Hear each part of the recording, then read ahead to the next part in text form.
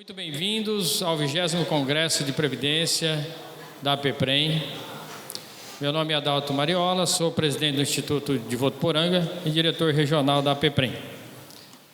Nós vamos ter agora uma palestra com a doutora Rita Veronese sobre licitações, os pontos de atenção da Lei 14.133/2021. Eu quero convidar para que suba aqui ao palco a doutora Rita Veronese, nossa palestrante. Uma salva de palmas para ela.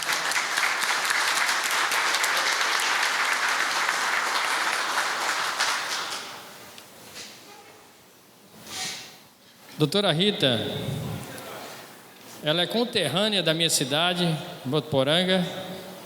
É uma grande honra, doutora, recebê-la aqui como palestrante da APEPREM. Ela é procuradora municipal, presidente da Comissão de Advocacia Pública da OAB, mestranda em Administração Pública pelo IDEP, pós-graduada em Direito Administrativo pela Universidade de São Paulo, consultora jurídica especializada em licitações e contratos administrativos. Então, realmente... nós tivemos também, dia 20 de março, lá em Votuporanga, uma palestra, uma excelente palestra com a doutora Rita. Foi o dia todo, então deu para tirar bastante dúvidas. Creio que aqui todos os institutos estão sofrendo, estão com bastante dificuldades nas suas licitações, nos seus contratos, com essa nova lei. Mas a doutora Rita vai aqui, com certeza, nos elucidar várias dúvidas. Vamos deixar as perguntas, vamos deixar 15 minutos para as perguntas no final da palestra. Então, se vocês quiserem fazer pergunta, no final da palestra terá a oportunidade de fazer e aí tirar alguma dúvida que não foi tirada aqui com a palestra. Doutora Rita, fique à vontade. Muito obrigado.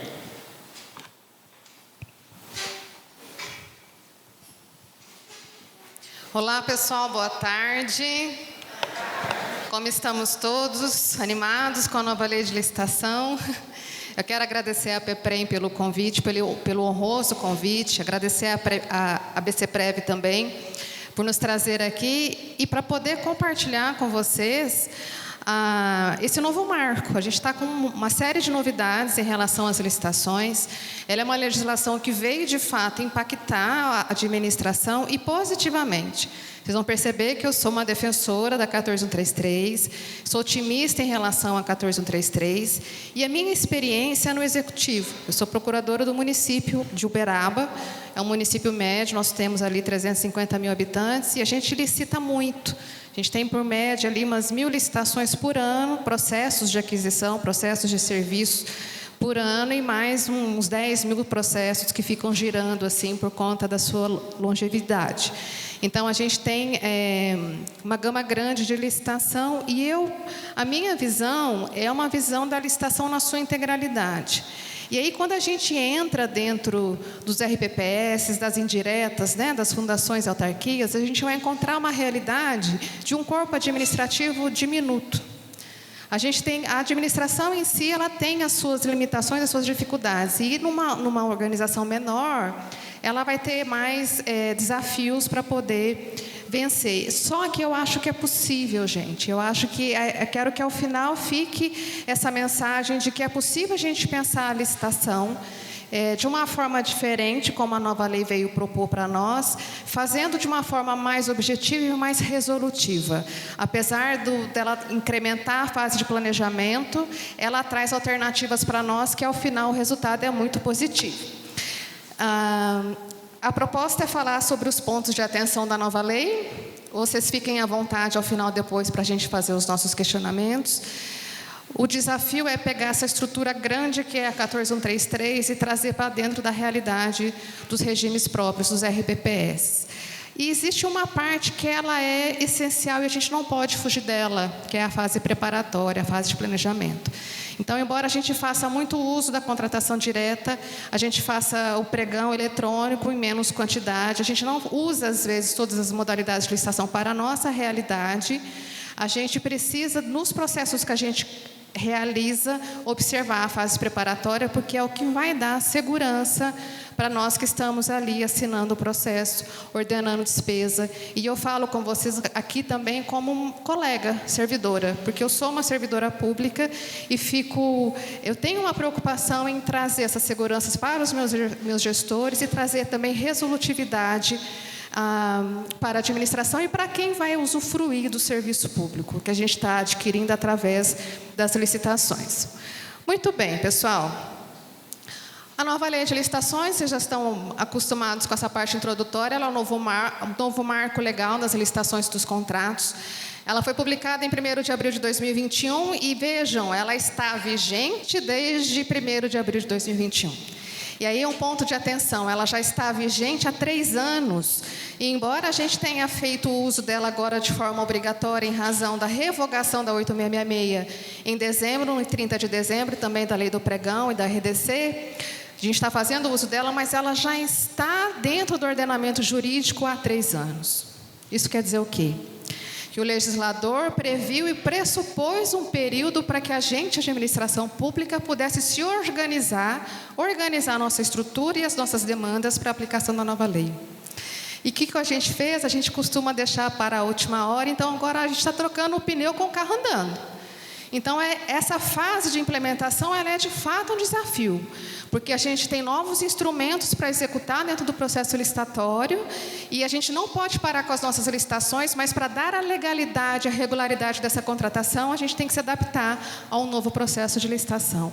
Mas tenham com vocês que a lei já está no ordenamento há algum tempo. Isso quer dizer que a gente precisa se adiantar em relação à reestruturação do nosso órgão naquilo que for necessário e da implementação dos mecanismos dentro daquilo que ela propõe. Então, ela revoga a 8666, a Lei 10.520, a Lei do Pregão Eletrônico, e a 12.462, parcialmente, que é a Lei do RDC, e ela reformula o processo licitatório, ela reformula o sistema de contratações, ela traz para nós, pessoal, uma nova proposta. E esse é o nosso desafio, pensar a licitação como a nova lei desenha o processo de licitação para nós. Não é mais o processo da 8666. Embora os institutos estejam ali, embora a gente tenha a preservação da fase burocrática, do procedimento dos institutos, da instrumentalização dos processos, o nosso olhar sobre o processo ele é outro, ele deve ser mais resolutivo. E essa é a grande novidade da lei, que é possível que a gente implemente dentro dos nossos órgãos. Quando a 8666, ela era uma lei, a gente chama ensimesmada, voltada para si, para o próprio procedimento, ela dava mais importância e valor ao próprio procedimento, então ela interrompia, no caso de uma ilegalidade, eventual nulidade, ela interrompia todo aquele processo de contratação, o mesmo contrato, para preservar o procedimento. A nova lei, ela fala, não é esse o resultado que a gente espera. Ela traz mecanismos para que a gente busque o resultado e que a gente continue com aquela licitação, com aquele contrato, apesar das ilegalidades, sem prejuízo de quem lhe deu causa, porque ela vai trazer para nós agora a resolutividade. Então, se ela mitiga, se ela afrouxa o sistema de legalidade, o sistema de nulidades, inclusive do direito administrativo, ela vai ser mais cautelosa e vai ser mais exigente na sua parte sancionatória e no planejamento, porque ali no planejamento a gente consegue evitar uma série de problemas que a gente pode ter no curso do processo. Bom, e ela traz uma série de novidades, Muitas delas a gente não vai fazer uso aqui no nosso dia a dia, em razão da nossa estrutura, mas está na lei e a gente pode se aproveitar dela. Ela vai trazer os procedimentos auxiliares, ela vai trazer contratos mais longevos, os contratos de fornecimento, eles podem nascer já com 5 anos, com 60 meses, chegando a 10 anos. Ela traz, como comentei com vocês, a mudança do sistema sancionatório, Então, ela tira da parte administrativa as infrações contra a administração, colocam elas lá no Código Penal, tipifica como crime. Ela vai trazer novas modalidades de contrato. A gente tem uma série de novidades na 14133. E falando sobre os pontos de atenção, eu quero começar o primeiro com vocês aqui, a respeito do planejamento. Nós vamos falar muito sobre isso. E quando eu comecei a fazer essa série de palestras e cursos, já faço isso há algum tempo, fiz muito no meu órgão, na minha região, ali no Triângulo, o que a gente ouve é assim, olha, a lei ela traz uma exigência que não é aplicável dentro da minha realidade. E o desafio, pessoal, é a gente pegar essa realidade macro que a lei desenha para implementação dentro da nossa realidade. A gente consegue fazer isso aqui. E pensem, isso agora é um dever jurídico de implementação. Isso quer dizer que, se você não realiza, você se responsabiliza pelos eventuais equívocos que aquele processo licitatório mal planejado, mal preparado pode ocasionar. Então, é importante que a gente dê muita ênfase para a fase preparatória. E a gente fala em planejamento na licitação há muito tempo. Pelo menos desde o Decreto-Lei 200, lá em 67, na primeira reforma administrativa, a gente já falava em planejamento. A 8666 fala em planejamento, mas nunca ninguém nos ensinou a planejar. A 14133, ela traz um roteiro de planejamento. Ela fala quais são os documentos que devem compor o processo. Fala mais, fala qual conteúdo esses documentos devem ter para que eles atinjam a sua finalidade. Estou falando aqui do estudo técnico preliminar, estou falando da análise de riscos, estou falando do termo de referência, estou falando do PCA, que a gente faz o planejamento na área da governança. A gente precisa agora ficar atento para o que a lei fala em relação à fase preparatória e verificar, pessoal, que muitas vezes a solução dos nossos problemas está ali. Porque ela traz esse roteiro, ela vai falar para você sobre o estudo técnico preliminar, vai falar para você quais são os itens, os elementos que você deve analisar dentro daquele documento. Ela fala para você qual que é a nova proposta do termo de referência, porque ele também sofre alterações. E a gente, basicamente, precisa estar atento a essa interpretação e fazer a aplicação dentro do nosso órgão. E o planejamento, ele tem essa dupla dimensão. Então, percebam que ela vai estar presente durante toda a nossa fala e vai estar presente na execução de vocês no dia a dia. Aquele processo licitatório que está lá na sua mesa, que está lá na sua caixa eletrônica para você dar andamento, ele exige atenção aqui nessa fase. Então, a primeira dimensão que ela tem em relação ao planejamento que parte da governança da alta administração em relação ao PCA. Planejamento anual de contratação. E ele vem alinhado ao orçamento, às estratégias do governo, ao planejamento estratégico do governo e ao mercado. Uma das finalidades do PCA é anunciar ao mercado e preparar o mercado para as licitações que a gente vai startar durante aquele período, durante aquele exercício financeiro. E isso traz um impacto grande, pessoal, porque na 8666, a administração ela tinha esse distanciamento em relação ao mercado. A gente conversar com o mercado era quase um crime, né? Dentro do servidor público, dizer que poderia abrir as portas para conversar com o mercado era vencer um grande tabu. E a lei ela permite isso agora. E é óbvio que a gente vai fazer isso de uma forma republicana, com transparência, dando a oportunidade a todos, mas a gente consegue, preparando o mercado, trazer para dentro da administração empresas mais adaptadas, melhores preparadas para a execução dos nossos contratos. Então, quando você anuncia e publica o seu PCA, você já está dizendo, olha, nesse ano eu vou executar essas contratações. Isso quer dizer o quê? Dinheiro no mercado. Se você está interessado em adquirir os meus produtos, em prestar serviços para mim, eu vou ter essas licitações aqui, essas aquisições para realizar nesse período programado. Venha participar conosco que você vai ser muito bem-vindo. Então, a gente consegue preparar o mercado e ter, como consequência, uma seleção melhor de empresas, de prestadores de serviço. E a segunda dimensão, só para a gente... Vocês já fizeram o PCA de vocês? Todo mundo já tem PCA publicado? Quem tem? A minoria. O PCA, pessoal, ele é um grande instrumento de planejamento. Então, façam, organizem o órgão de vocês, conversem com seus gestores. A obrigação, a responsabilidade recai sobre a alta administração. Aí eu estou falando da superintendência, da diretoria de compras. É um dever dele, está lá no artigo 11 da 14133, no parágrafo único, que ele vai falar, olha, a alta administração ela tem que implementar esses mecanismos aqui, de governança e de planejamento. E esse planejamento tem que estar alinhado com o seu orçamento também, porque a gente não adquire nada sem recurso.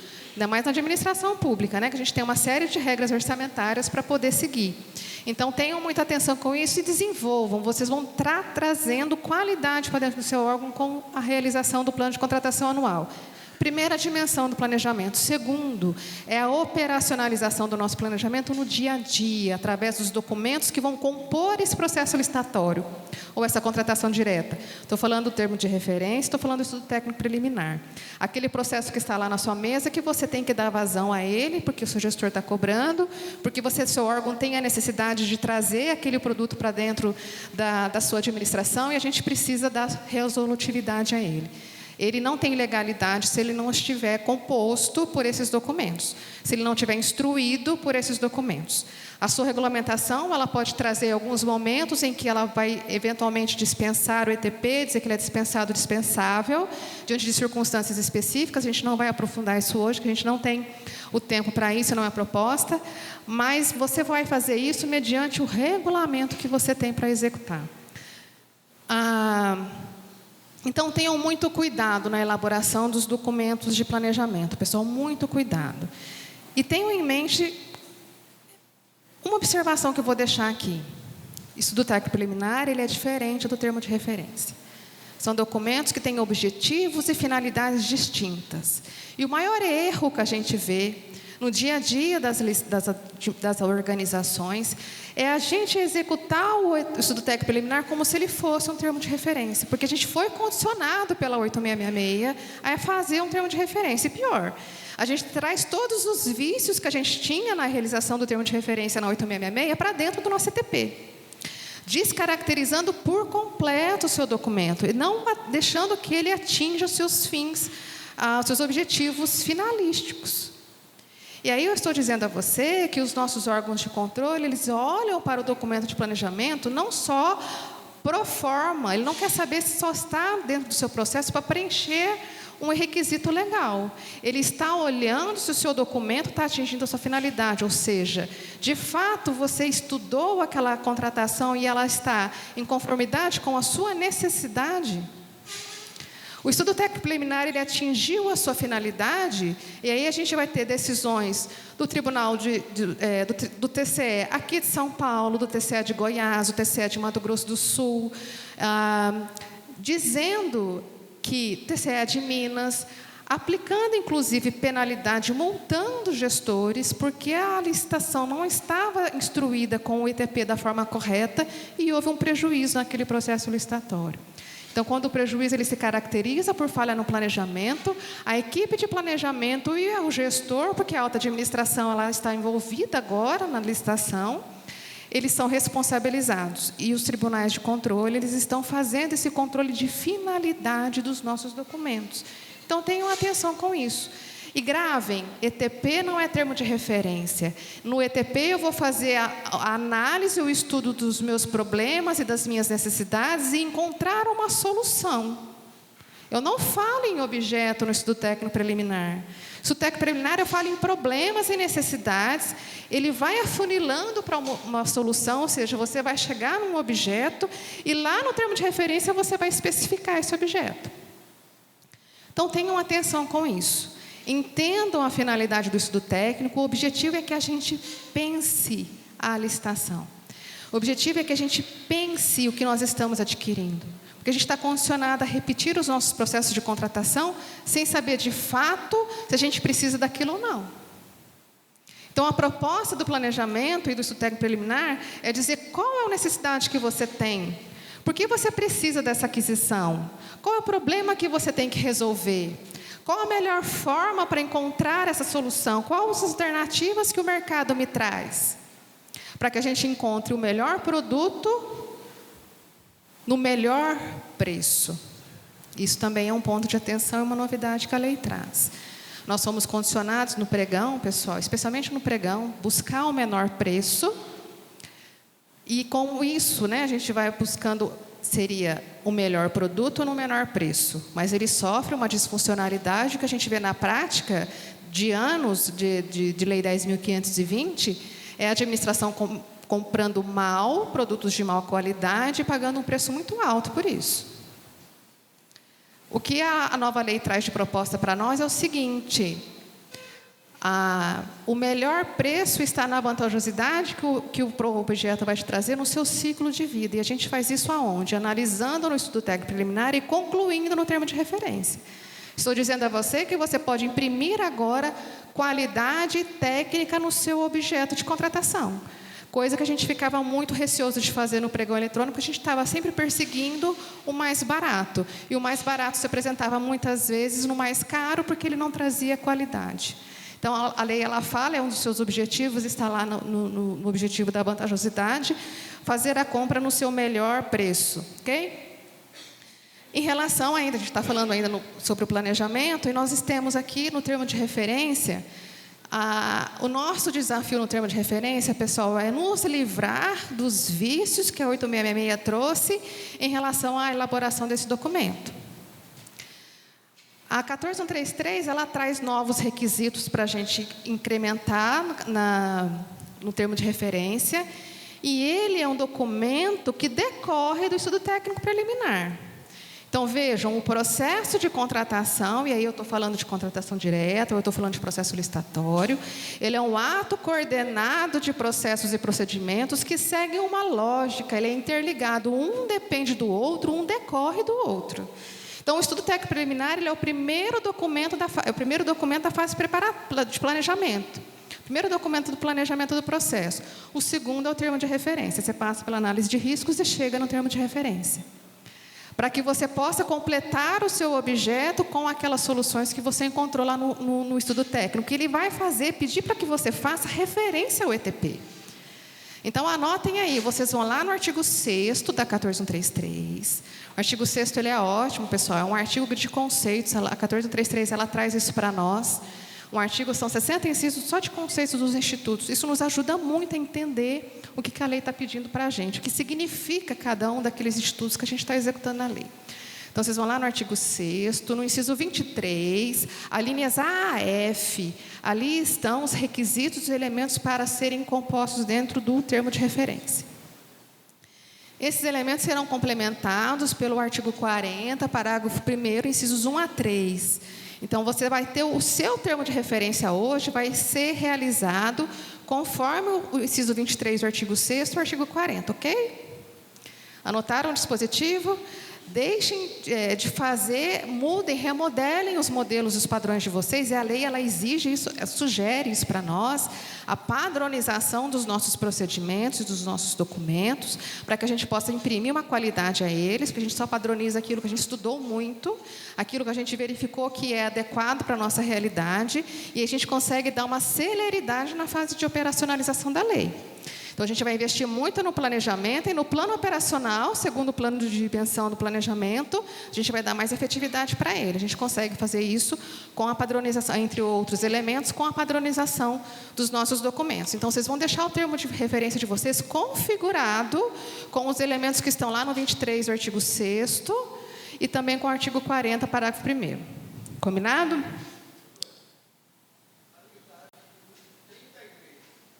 Aonde? Está errado, gente, é 23. Alguém consegue acessar a lei aí? Se alguém conseguir acessar, conferem para mim. Se é 23, é 23. Se não for 23, é no 33. Será um ou outro, tá, pessoal? Mas vejam lá, eu acho que é o 23 mesmo. Deve ter sobrado, deve ter sobrado um X ali, acho que é 23. Mas confiram, depois se eu conseguir alguém ver, me fale. O termo de referência, os maiores erros que a gente tem que ter é trazer para ele os novos 23, tá? Confirmado aqui o 23, sobrou um X ali no artigo 6º. Então, é trazer os novos elementos que ele traz. O que a gente também não está habituado a fazer no termo de referência já na 14133 é fazer a referência ao estudo técnico preliminar nos dispositivos que ele coloca. Então, a gente esquece de trazer a solução como um todo para dentro do termo de referência, a gente esquece de falar sobre o ciclo de vida do objeto dentro do termo de referência. Então, são novos elementos que nós vamos ter agora que nos condicionar a executar, ok? E quais são os erros mais comuns? Além desses, de não incluir os novos elementos que a lei traz para o termo de referência, a gente ainda tem uma dificuldade de dar uma precisão, uma definição para o nosso objeto. Isso já vinha na 8666, ele persiste. Nós, administração, a gente tem essa dificuldade de fazer a definição de forma objetiva. Por quê? Porque a gente está condicionado a repetir a licitação sem pensar. A gente vai comprando todo ano a mesma coisa, colocando os mesmos documentos de planejamento em todos os processos licitatórios, sem saber de fato se aquele produto sequer existe no mercado. E é comum que a administração compre ou ela publique um edital que as especificações elas não são nem mais comercializáveis hoje. Isso é falta de planejamento e isso resulta em quê? Em prejuízo para a administração. Prejuízo de recurso, desperdício de dinheiro e não execução da sua finalidade. A gente não consegue ter resultado, acesso àquilo que a gente precisa. Então, especificar bem o objeto, ele é essencial para que a gente tenha sucesso no nosso processo licitatório. Especialmente quando estiver falando de um pregão, de uma concorrência, onde eu vou abrir um processo de seleção, uma fase externa, eu tenho que ter esse processo, esse objeto bem especificado, com todas as suas adjacências, a forma de execução, o modelo de gestão, os requisitos de contratação. Não vou fazer direcionamentos, mas eu vou imprimir qualidade.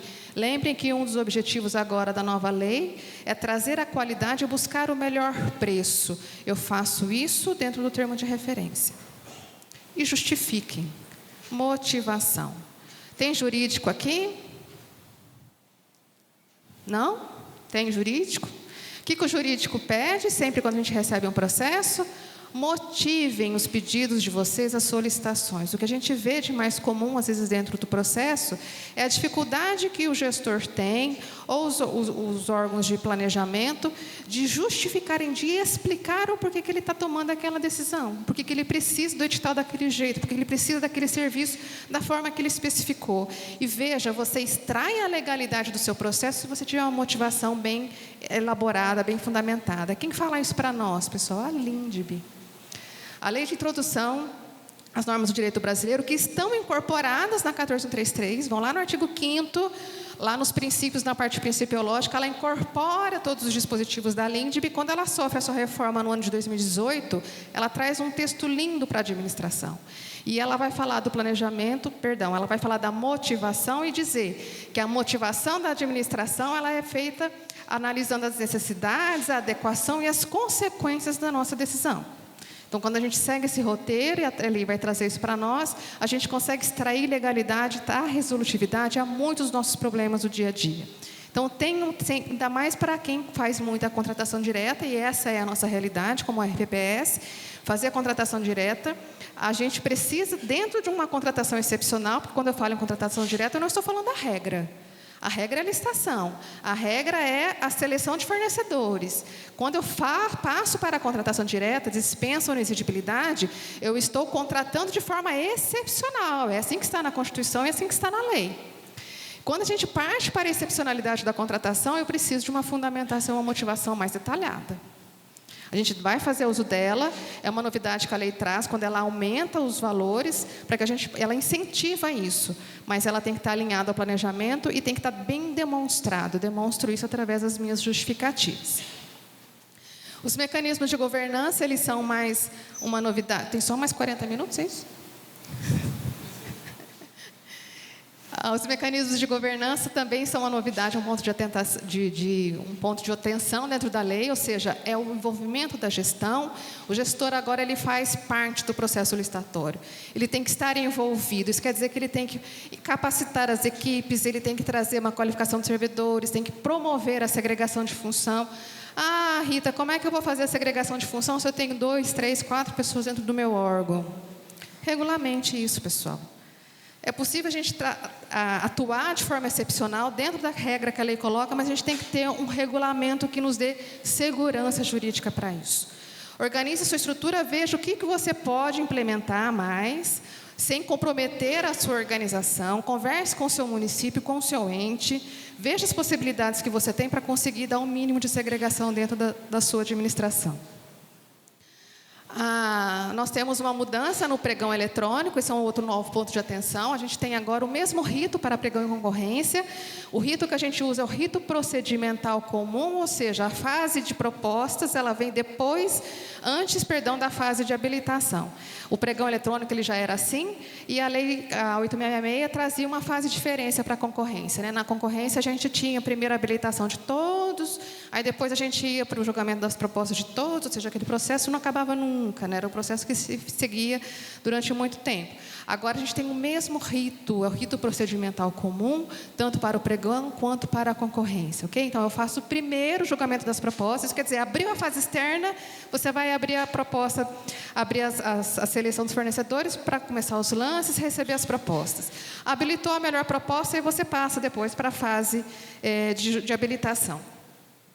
Licitação sob forma eletrônica, pessoal. Eu sei que é uma novidade para vocês estão tendo que se adaptar a uma plataforma externa, estamos fazendo termo de cooperação, contratando as plataformas externas para poder rodar nossas licitações. E veja, essa é a regra agora, a lei ela fala preferencialmente, mas é possível eventualmente ainda a gente fazer pregão presencial, viu? E é possível também a gente fazer contratação direta sem ser dispensa eletrônica. Criou-se um mito de que todas as nossas contratações por valor ela deve ser a dispensa eletrônica. Isso não é verdade. Porque a lei ela fala que a gente vai fazer a dispensa eletrônica, que é aquela contratação por valor, no incisos 1 e 2 do 75, preferencialmente, o mesmo jeito que ela traz o pregão eletrônico. Ou seja, diante da necessidade de eu fazer de forma presencial e demonstrada, lembra da justificativa? Demonstrada a minha circunstância e a vantajosidade, eu consigo afastar a regra e trazer tanto a contratação direta para a forma presencial, sem ter que fazer aquela fase externa de seleção, mesmo que é no rito sumaríssimo, né? Muito rápido, ali são algumas horas para você apresentar suas propostas na plataforma. Mas eu já faço a escolha do meu fornecedor, justifico a escolha nos termos do artigo 72 e está tudo ok. Então, é um mito que a gente não pode mais fazer contratação direta, dispensa por valor, de forma física. A lei permite, ela não veda. Ela fala que, preferencialmente, a gente vai fazer. Sempre que quando você sai da exceção, você vai ter que justificar. Então, quando você for fazer de forma não eletrônica, você vai ter que fazer as suas justificativas. E se a gente estiver falando de pregão, tem que gravar a sessão, registrar a ata, gravar a sessão em áudio e vídeo e juntar no processo. Muitas novidades, gente? Muda bastante, né? Outro ponto de atenção que eu já comentei com vocês, a eficácia das contratações é a busca do resultado, esse é um objetivo da lei, então a gente não vai olhar mais só o menor preço, não vou olhar mais só o procedimento, eu vou buscar, quando você abre a licitação, quando você faz o seu DFD, antes disso, quando você faz o seu PCA, o seu objetivo é aquele produto, é o resultado daquela licitação, é aquela aquisição, aquele bem ou aquele serviço que você precisa contratar. E você vai perseguir isto dentro da legalidade a qualquer custo. Estou dizendo a você que isto é a sua prioridade. O que você vai fazer? Buscar o resultado, essa é a sua meta dentro do seu processo. É óbvio que você não vai a fazer isso ao arrepio da lei, mas você vai buscar todos os mecanismos necessários para dar resolutividade e trazer o resultado para o seu processo. Isso está muito claro dentro da 14133, viu, pessoal? A gente tem que ler o Instituto fazendo as interpretações com essa parte geral da lei que nos permite avançar dentro do processo de contratação. E o melhor preço, já falei para vocês, é imprimir a qualidade dentro das nossas contratações, porque a gente aprendeu com o pregão eletrônico que, ao longo do tempo, buscando sempre o menor preço, a gente paga caro e paga mal, né? Compra mal. Então, agora a gente vai imprimir qualidade, e você vai fazer isso no seu ITP, no seu termo de referência, nos seus requisitos, com justificativa, sabendo fazer a definição do seu objeto e sabendo o que você precisa. Vejam, a proposta da 14133 é que a gente reflita sobre a nossa contratação e veja de fato o que a gente precisa. Qual tipo de copo, de papel, de material de consumo que eu preciso para o meu órgão? O que vai me dar mais vantajosidade? Qual que vai me trazer mais qualidade? Que vai gerar economia para o meu órgão? Então, a gente tem que passar a pensar os objetos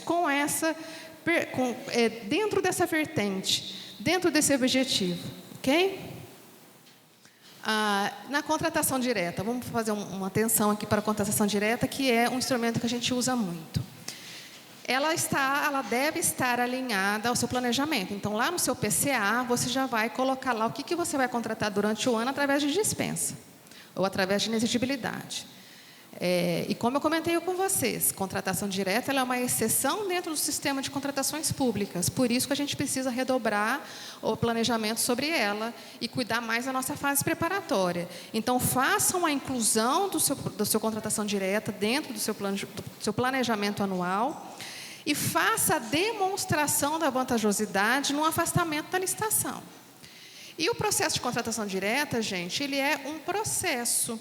A 14133, inclusive, ela eleva o procedimento, que a gente chamava de procedimento, a um processo. Quer dizer o quê? Que ele tem um rito, uma forma e tem documentos a serem preenchidos. Esses documentos estão lá no artigo 72. Outro artigo para vocês anotarem aí. Toda fase de instrumentalização, ela tem que ser composta por aqueles documentos do artigo 72, mais os requisitos específicos da sua contratação direta. Então, se estiver falando de contratação por valor, eu vou ter que verificar o que fala lá o 75, parágrafo 1º e 2º. Então, eu vou, não vou gerar fracionamento, eu vou ter todos esses cuidados. Olha lá, no parágrafo 1º, vou fazer o somatório das despesas no exercício financeiro, da respectiva unidade gestora. Então, todos esses requisitos eu tenho que observar. Vou verificar a contratação dentro de objetos da mesma natureza para não cair no fracionamento. É o erro mais grave e é o erro capital da contratação direta, é o fracionamento. Então, quando você faz o PCA, você consegue já elencar o que você vai comprar e separar os grupos ali. Olha, isso daqui. E atenção, o fracionamento ele não é só da despesa, não. Ele é o fracionamento também caracterizado pela falta de planejamento, quando você repete a contratação daquele objeto mais de uma vez no seu ano, no seu exercício financeiro, ainda que você não tenha atingido o valor. Vão questionar você, por que você não fez tudo numa contratação direta só? Por que você teve que startar um outro processo de contratação? Isso foi planejado, é estratégico ou isso é uma falha de planejamento? Então, ainda que você esteja dentro dos seus limites, dos seus valores, qual que foi a necessidade de você fragmentar essa compra? Tudo isso tem que estar descrito lá dentro do seu documento, no seu processo, tá? Dentro dos seus documentos de planejamento. PNCP, a gente vai fazer as nossas contratações, nossos pregões eletrônicos, as nossas contratações da dispensa eletrônica, ela tem que estar publicada lá no PNCP, a gente vai publicar os nossos editais, os nossos contratos, tem que estar linkado lá com o Portal Nacional. E ele é uma plataforma, pessoal, que a proposta dele é trazer muitas funcionalidades. Ele não é só um instrumento de dar publicidade aos processos licitatórios, mas a gente tem condição, por exemplo, dentro do PNCP, de fazer uma consulta e verificar quais as empresas fornecedores foram bem ou mal avaliados. Porque essa é uma outra circunstância que a administração passa. Ainda mais com o pregão eletrônico, com a dispensa eletrônica. Vai participar da licitação de vocês pessoas do país inteiro. E nem sempre eles são sérios e comprometidos com a administração. O risco de você ter um inadimplemento no seu contrato, ele cresce, ele aumenta. Por isso que você tem que ter uma boa gestão, uma boa fiscalização e tem que ter requisitos onde você vai buscar uma empresa que tenha maior confiabilidade. E eu digo que a 14133 ele é muito útil para isso também, ela também seleciona o mercado. Eu tenho conversado com os colegas, especialmente os colegas da área privada, dizendo, vai ficar no mercado de contratações públicas aquela empresa que se comprometer com o bem público e fazer uma boa prestação de serviço. As empresas que elas não são sérias, que elas estão ali só para poder tentar pegar uma fatia do bolo sem comprometimento com o seu objeto, ela vai ser naturalmente excluída do processo de contratação público, porque a gente tem agora mecanismos e ferramentas de avaliação. Então, faça você a avaliação. Quando você tiver a execução de um contrato lá, verifique ao final o gestor e o fiscal qual foi a qualidade imprimida naquele contrato. Ele atingiu as suas finalidades? A empresa cumpriu com todas as suas obrigações? Vocês teve problemas durante a sua execução? Não faça uma fiscalização só pro forma. Coloque ali de fato o que foi que houve, o que aconteceu dentro da sua contratação, para que a gente possa colaborar também com o sistema geral de contratação. E assim a gente consegue, aos poucos, trazer mais qualidade e excluir mesmo do mercado as empresas que são aventureiras, que não estão comprometidas com o serviço público. Outro ponto de atenção, uma novidade da lei, característica grande da 14133, é a regulamentação. Ela vai trazer os institutos e dizer, é aplicável mediante regulamentação. Isso quer dizer que você vai ter que dar as especificações e a norma específica para a execução daquele instituto, daquele item dentro da 14133. Faça a sua regulamentação. Ainda que o seu ente já tenha feito, então vocês, a administração indireta, a gente está vinculada à regulamentação do seu município. Você pode fazer e deve fazer em relação ao seu planejamento, faça para a sua dispensa, para a sua contratação direta, faça para a sua parte estrutural, organize a segregação de função, dê atribuições e competências para quem deve executá-las. Esse é um problema que a gente vê dentro da administração, pessoal. Às vezes o processo fica meio perdido ali, porque ninguém tem atribuição de executá-lo. E quando a gente consegue definir bem essas atribuições, a gente evita uma série de problemas. E eu falo isso pela experiência que nós tivemos no nosso órgão, eu tive no meu órgão. Quando a gente fez o nosso processo de regulamentação, a gente fez um levantamento de diagnóstico, e a gente verificou dentro desse levantamento várias vertentes que nós fizemos o diagnóstico. Um deles foi muitos servidores que estavam dentro da equipe de planejamento, que compunham a equipe de planejamento das secretarias, eles não identificavam suas atribuições. Eles não sabiam que aquilo era a obrigação deles realizarem, não sabiam o que eles tinham que fazer como equipe de planejamento. Porque não havia definição de forma objetiva das atribuições e competências de cada agente público. Então, façam isso dentro do órgão de vocês, que vão resolver muitos problemas, trazendo a regulamentação na parte estrutural, especialmente. E apliquem o conteúdo da matéria que está colocada lá na regulamentação do seu ente. Outra novidade que a lei trouxe são os procedimentos auxiliares, e aqui eu destaco com vocês a possibilidade de vocês fazerem uso do registro de preço. Ela é um instrumento bacana para o planejamento, dentro da administração. O credenciamento também, ele é muito interessante. Ainda agora no café eu conversava com um colega aqui de Rio Preto, e ele falava sobre as passagens aéreas. Eu falo, faz para o credenciamento pelo 79.3, mercados fluidos, você vai fazer o credenciamento direto da sua agência da companhia aérea. E ele ficou super interessado, porque de fato é uma novidade, é uma possibilidade que a gente tem. Então, observem os procedimentos auxiliares lá no artigo 78 e seguintes, e vejam que é aplicável para a realidade de vocês. Eles são muito úteis para o planejamento, tá? Houve também mudança nas modalidades de licitação. Então, a gente não tem mais convite, a gente não tem mais tomada de preço. Agora, a gente tem pregão, concorrência, concurso, leilão e diálogo competitivo. A nossa realidade será o pregão, contratação direta, pregão, eventualmente uma concorrência, tá? Então, a gente houve também essa mudança, foram extintos a tomada de preço e o convite. Quais são as expectativas que a gente tem com a licitação com a nova lei? Que a gente tem uma redução do número de licitação, da quantidade de processos licitatórios. Porque a lei permite agora que a gente tenha contratos mais longevos e também que a gente tenha acrescido, aumentado os valores da dispensa. Então, eu vou ter menos licitação e mais contratação direta, para quem não fazia tanta contratação direta. E para quem faz, eu tenho agora uma oportunidade, inclusive, de fazer contratação de serviços. Porque a especificação, a definição de exercício financeiro, que a lei vai trazer para nós, permite que a gente contrate, por um período de 5 anos, por exemplo, serviços que ultrapassem aquele limite de R$100 mil, valor original, né? Ele é atualizado todo ano, porque eu vou verificar aquele limite dentro do exercício financeiro. Então, mudou de exercício financeiro, ele zera. Mudou de exercício financeiro, ele zera. Então, o seu limite é dentro do exercício financeiro, tá? Não é mais no valor global do contrato. Isso dá uma possibilidade de a gente ter prestação de serviço dentro da contratação direta. O que é muito bacana, coloquem lá no planejamento de vocês. Então, a gente tem aí contratos mais longevos, o aumento do número dos valores da licitação,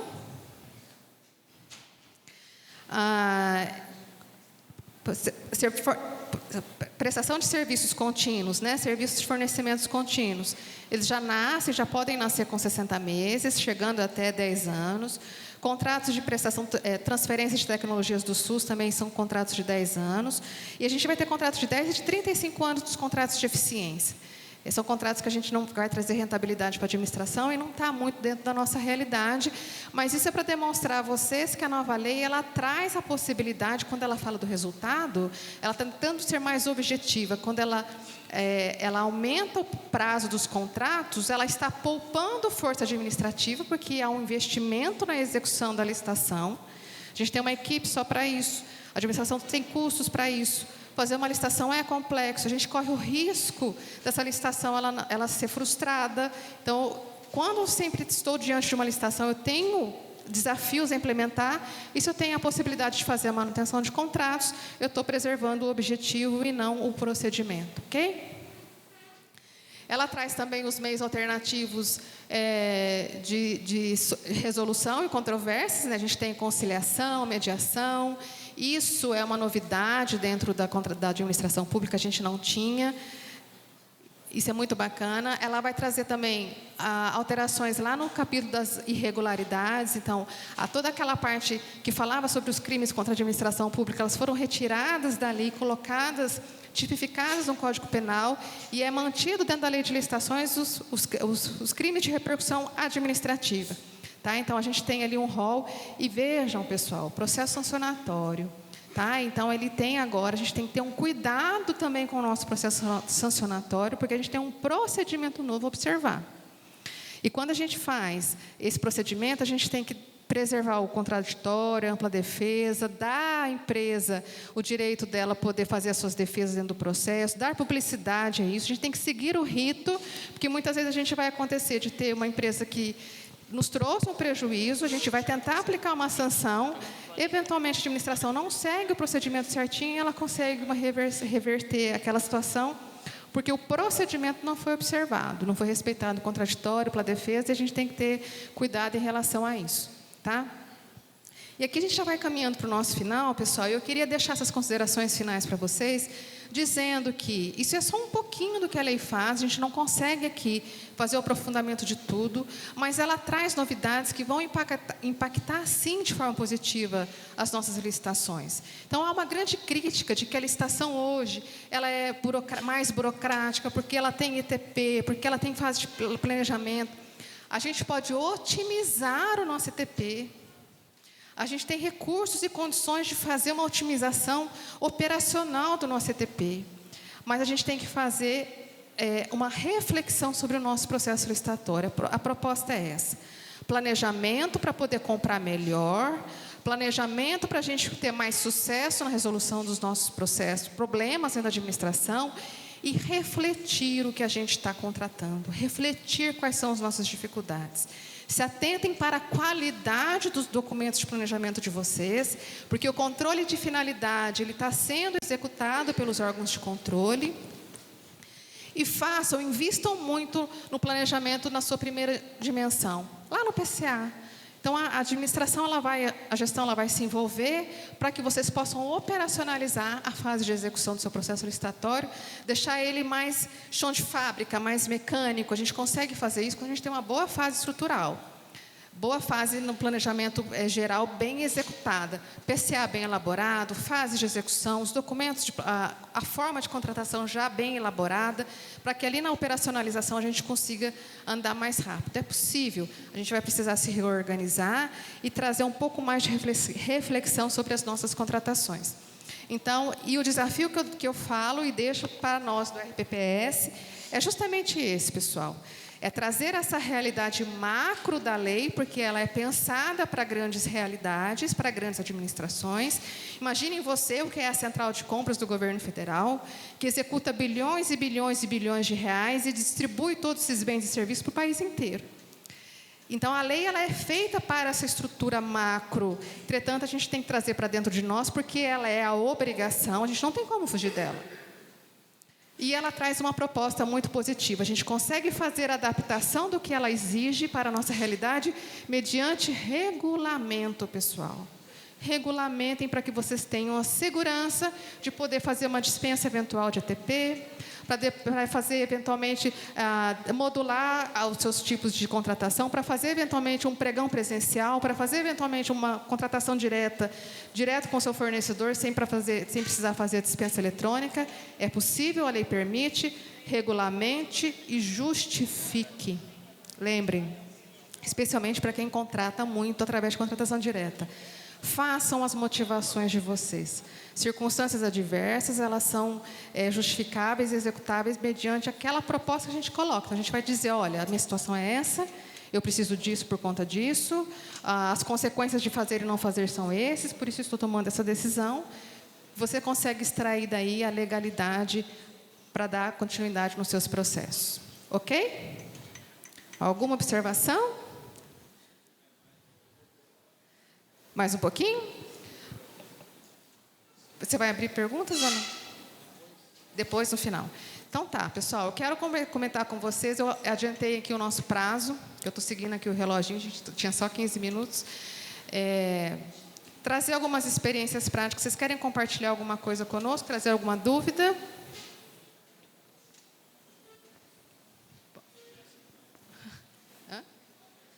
A Jéssica já está chegando aí. Edler, do RPPS de Guarujá, presidente. No início da sua palestra, você citou as leis que foram absorvidas pela nova lei de licitações e contratos. Dentre elas, a lei do RDC. E nós temos visto que o governo federal e alguns estados e municípios têm regulamentado por resoluções ou decretos essas particularidades do RDC e também especificamente do BTS, né, Build to Suit. Você acha que cada município obrigatoriamente deveria fazer regulamentos próprios, inclusive copiando esses modelos, já que na lei houve a revogação expressa do 47, daquela lei do RDC, e ficou assim meio inserido na lei essa possibilidade, mas não ficou claro como seria. Qual que é a sua opinião para fazer contratações nessa modalidade? Você estava falando em relação ao diálogo competitivo, as outras modalidades que o RDC traz. Como eu comentei com vocês a respeito da regulamentação, pessoal, essa é a orientação. Regulamente, inclusive aquilo que a lei traz. Há ainda essa discussão, né? O que é a norma geral, o que é a norma específica dentro da 14133? E houve uma grande crítica porque ela acaba fazendo um detalhamento grande e entrando dentro dos institutos. Então, quando ela traz lá as modalidades agora de licitação e quando ela incorpora os elementos do RDC, ela já traz isso de uma forma ampliada. Mas é possível a gente, na parte especialmente procedimental, a gente fazer o nosso regulamento. Então, e sempre quando a gente for pensar no procedimento, como é que você vai colocar esses meios de resolução, os disputed boards, sem fazer a violação à norma geral. Então, assim, ela é sempre a sua diretriz. O que você vai verificar ali é questões procedimentais dentro da sua estrutura, dentro daquilo que você aplica no seu órgão, mas siga as orientações gerais e faça a regulamento em relação ao procedimento, tá? A parte procedimental. E não só em relação a isso, que a lei já traz de forma detalhada, pessoal. O regulamento ele é muito saudável e a gente estimula muito ele dentro da 14. Aliás, a própria lei ela vai estimular isso para nós, tá? Para fazer a regulamentação. Boa tarde, Rita. Meu nome é Ronaldo, da Mais Valia Consultoria. Eu queria ver se você poderia falar um pouco sobre contratação de serviço intelectual e não de produtos especificamente. E a segunda questão que eu queria colocar é que, quando você falou em moderna transparência, que seria uma maneira de selecionar o joio do trigo, vamos dizer assim. Uma empresa mal selecionada, o joio, uma outra, se ela participasse de uma outra licitação, essa má fama poderia ser inabilitação para ela? Pode, para isso a gente precisa ter, Ronaldo, critérios objetivos. Vamos começar da última pergunta para a primeira. Por isso é importante, e é difícil, eu confesso para vocês que é difícil a gente chegar nesses critérios objetivos para você fazer constar no seu edital quais são os seus elementos de qualificação para que uma empresa ela não participe. Então, eu vejo que a administração, ela quer, às vezes, ela embute ali requisito, porque eu não quero a empresa X, porque ela sempre vem, ela sempre traz os mesmos problemas e sempre gera uma inexecução de contrato. Então, comece fazendo isso, dessa fiscalização que você teve, desse mau contrato. Faça o seu banco. O PNCP, ele é um banco de avaliação. Faça você dentro do seu órgão, o seu banco de avaliação também. Vai dando score, vai fazendo ali uma avaliação do bom, do médio, do mal. Crie critérios objetivos para isso, através do seu regulamento. E você pode colocar como um critério de desempate e pode colocar até como um critério de inabilitação. É possível, mas a gente tem que ter critérios objetivos para chegar nisso. E esse é o desafio, tá? Porque é muito sério você excluir do mercado uma empresa. Então, assim, aí você pode imaginar já um número de judicialização em razão disso.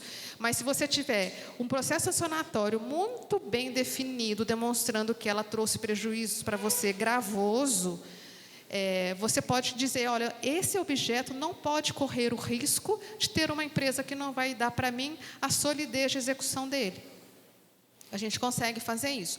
A cautela é sempre previsão em regulamento, definição de critérios objetivos. Se quando for penalizar, faça o processo sancionatório com muito cuidado, e a gente precisa de uma gestão, de uma fiscalização exemplar. A gente precisa que, de fato, a gente passe a fiscalizar os nossos contratos com relatórios recorrentes, como ordinários, né, que a gente não verifique ali só dia de pagamento, recebimento, não, que a gente faça, de fato, uma fiscalização integral desse processo, para que a gente vá dar, ao final, a nossa nota para a empresa e comece a criar os seus scores ali e coloca bom, médio, mal. Mas o importante é ter um critério objetivo. E a outra pergunta era?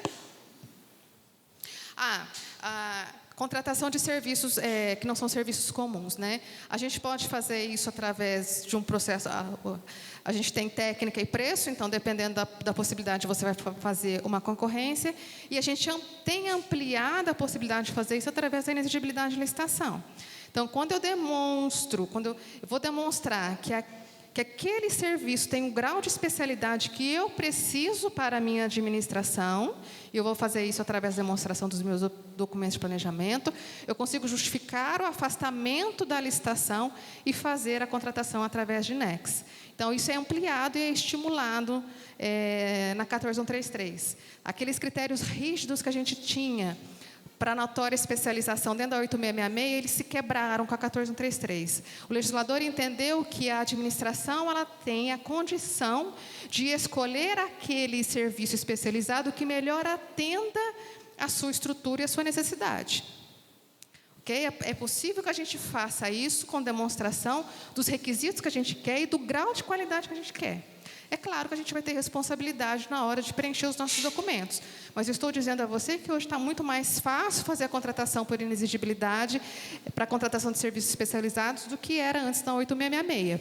Com um bom documento de planejamento, a gente consegue avançar bastante e trazer para dentro da nossa organização a prestação de serviço adequado para a nossa realidade, para aquilo que eu preciso. E isso tem decisão do Tribunal de Contas aqui do Estado de São Paulo, dizendo, olha, a secretaria, o órgão, ele tem a condição, e cabe a ele dizer o grau de especialização que ele precisa para capacitar, por exemplo, seus servidores, para ter a execução de um serviço especializado. É ele que vai dar esses critérios. E aí você vai fazer, vai instrumentalizar com a demonstração do seu contratado de que ele preenche aqueles requisitos. Tá? Respondeu? Olá, boa tarde. Meu nome é Débora, eu sou do Conselho Fiscal do São João Prev, de São João da Boa Vista. A minha pergunta, eu acho que a doutora não colocou, não pontuou sobre esse assunto, mas eu gostaria de saber, considerando as estruturas pequenas que a gente tem nos institutos de previdência e o princípio da segregação de função, qual seria, se o Instituto da Carona, em ata de registro de preço dos próprios municípios, se seria uma possível solução para os institutos? É uma solução. Você fazer, a lei ela vai estabelecer vai estimular para nós as compras compartilhadas. Então o seu ente vai fazer compras já fazendo a previsão para você. E aí eu não estou falando nem de registro de preço, estou falando de compartilhamento de compras através das centrais de compras. Então quando ela for fazer o PCA dela lá, e aí é bom você verificar o que diz o seu regulamento a respeito disso. E se o seu ente estimula isso, e aí você como instituto busque, pergunte, provoque ele, fala, olha, você está fazendo o seu PCA, eu vou fazer o meu também. Você vai comprar material de limpeza? Você vai comprar material de escritório? Vamos comprar junto? Você compra para mim, eu te dou a minha dotação, te dou o meu recurso, te passo as minhas especificações, porque ele tem mais estrutura, vai conseguir economia de escala. Então, assim, de forma teórica, a gente consegue mais vantagens. O que a gente vê na prática, às vezes, é que você vai demorar mais para receber o seu objeto, que a licitação ela tende a demorar mais, porque ela vai se ampliar muito, e é o outro ente que vai fazer, você não tem muito controle sobre isso, e depois você vai ter que controlar o seu estoque. Né? Verificar se aquilo que, de fato, você colocou lá como quantitativo, correspondente ao recurso que você está encaminhando, ele vai, de fato, chegar até você. Então, são problemas que a gente vê na prática, mas ele é muito positivo. E é possível também a gente fazer adesão à carona, isso foi uma mudança recente. Pelo regime da 8666, o registro de preço ele sempre permitiu o carona, ou seja, então o ente faz o registro de preço e formaliza uma ata. Aí o outro ente vem e pede uma carona, fala assim, escuta, você tem uma ata registrada, posso aderir os seus quantitativos, seu fornecedor pode me entregar os produtos aqui? Então, a gente tinha alguns requisitos para fazer e pegava carona nessa ata de registro de preço. Quando a 14133 foi publicada, pessoal, essa possibilidade de adesão à ata, ela foi vedada. Então, assim, a gente só poderia aderir à ata federal ou à ata estadual. A gente não poderia, os municípios não poderiam aderir à ata um do outro. Por que isso aconteceu? Porque, na prática, houve uma disfuncionalidade disso, virou um comércio. Virou assim, e os órgãos eram muito assediados por prestadores que tinham objetos e atas registradas, e aí você começava, como a gente não está acostumado a pensar a licitação, o órgão bate lá na sua... A empresa bate lá na sua porta e fala, olha, eu tenho uma ata, eu sou lá da região norte do país, a gente está aqui no sudeste, eu estou a 3.000 quilômetros de distância de você, eu fiz uma ata lá nesses valores que são a realidade local, mas escuta, você não quer aderir? Aí, para a gente economizar ato administrativo, a gente adere. E nem sempre aquela realidade, aquele preço, a especificação daquele produto é o que nos atende. Então, no dia a dia, tinha uma disfuncionalidade da ata de registro de preço. Mas houve um movimento grande dos entes municipais, especialmente, porque ele é muito útil. Se for usado para a forma que ele se presta, para o planejamento de forma racional, é muito útil. Por que o município de Rio Preto, os municípios da região aqui, não podem aderir à ata, por exemplo, de Rio Preto? Por que o Votuporanga não pode aderir à ata de Rio Preto? Porque né, a gente pode fazer isso dentro do nosso planejamento. Então, agora... Vejam só, eu falei para vocês que a lei está vigente há 3 anos e ela já até sofreu uma mini-reforma. Então, em dezembro, em janeiro desse ano, comecinho de janeiro, já houve uma série de alterações e uma foi essa, alterando e permitindo. Então, é possível você fazer a carona e é possível também você fazer compra compartilhada com seu ente, tem que verificar a sua regulamentação. Tá? Mas estimule, você como instituto, autarquia, bate lá na porta e pergunta, vamos fazer, estou disposta, preciso, me ajuda. A gente fala em administração pública, a gente fala em administração colaborativa. Esse perfil que a gente tem agora dentro da administração, então, todas as legislações que vierem, elas vão vir estimulando esse movimento. Tá? Mais alguma pergunta, pessoal?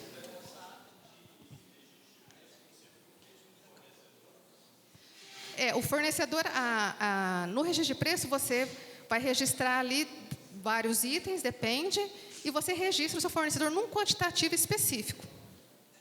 Então, o fornecedor que atende, que foi habilitado, você faz um cadastro de reserva no caso de algum daqueles ali te faltar.